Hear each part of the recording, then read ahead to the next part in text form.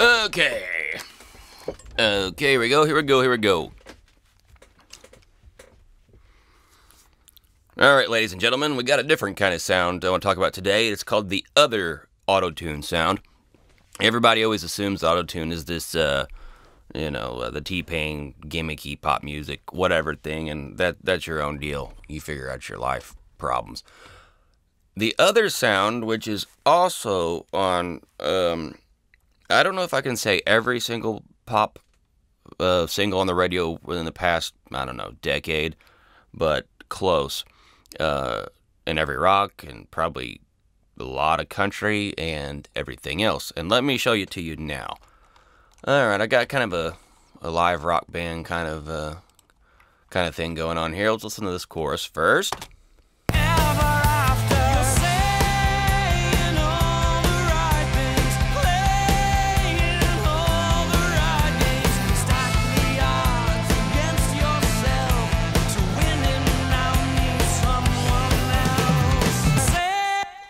Okay, and that's not fully mixed, but you can get the idea here. The vocals go down in volume a little bit, and I'll have to deal with that. Actually, maybe we should do that for our purposes here. Go and do a little bit of a gestomatic, and that'll get us a little closer. Okay, that was without Autotune. The singer's good. He's real good, and when he recorded, we did not take a whole lot of time on these. I wanted it to sound raw. And I wanted it to go fast. That's another philosophy thing that not everybody's going to agree with either. But the sound that we're going to apply is our good friend Autotune here.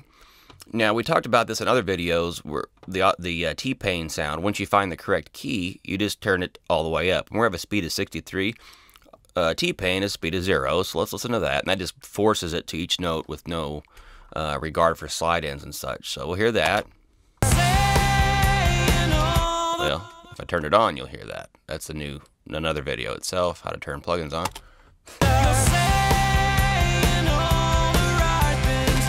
Okay, and we're not going for that at all for this particular project, as much as I tried to convince him. Not really.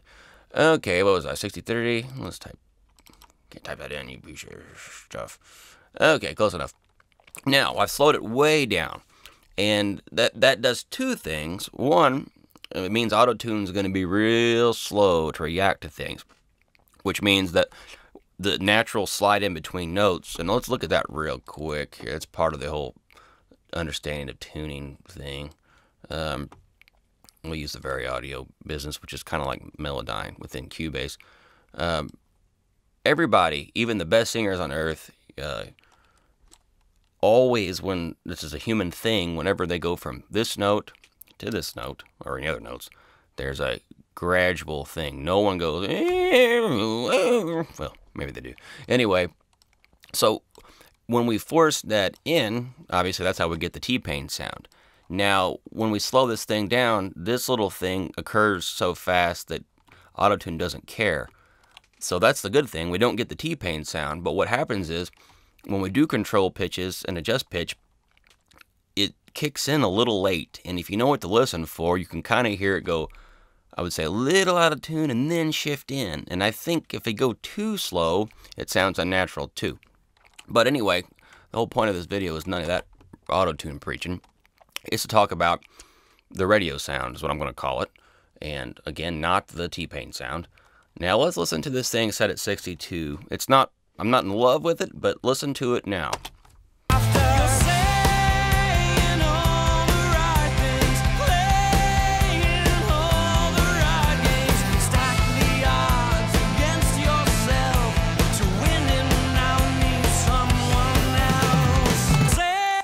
And I made sure I closed that plug-in right there, because when I see that stupid meter doing its stupid thing, I know it's working, and I go, ugh, and my brain starts going, robot, robot, robot.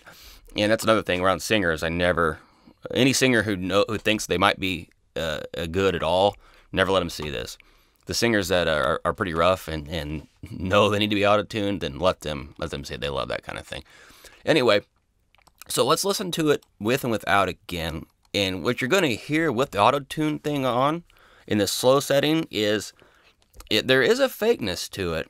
There is definitely a lack of reality. And for you older people who remember, 60s, 70s, and 80s, late 80s, they started getting into pitch correction too.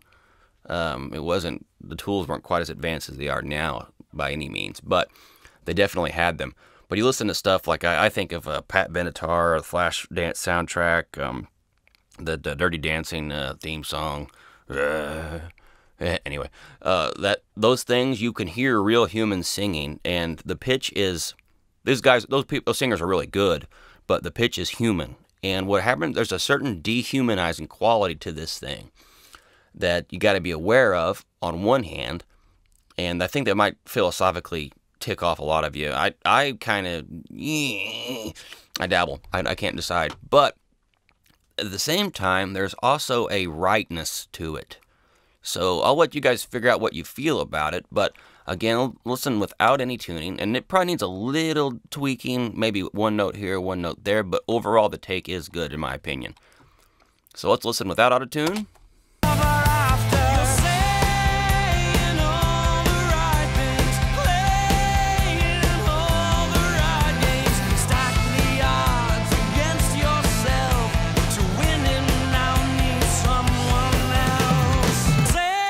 And nothing wrong with that. I don't think the song is any way hampered by that vocal take.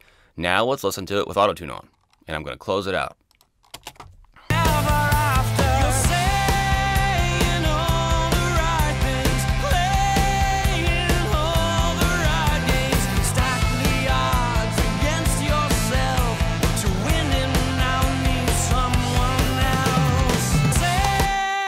And what we get with that Autotune turned on and slow, where there's definitely no T-Pain, no obvious artifacts, at least to the untrained ear, no obvious effect going on, is there is a certain alignment, I guess I would call it. It's it sounds like the track needs less EQ, maybe, and it maybe even sounds like it's got some kind of, some of what I get from a good chorus effect. Although that's not a good definition either, but there is a certain thing to it. So whenever you're doing particularly modern stuff and you want it to sound modern, and I hate to call it a sheen because I don't really think it's that, but if you want that extra thingy, sometimes that sounds like pop radio, sometimes this Autotune track running all the time can be quite helpful. So throw that by your singers. I find that most singers absolutely love it, and that a lot of that's insecurity and not wanting to, sound crappy and that kind of thing. They think they sound objectively better, and maybe they do. I don't know, but either way, play with Autotune on as an insert and slow it way down and see what you get. All right, guys, thanks.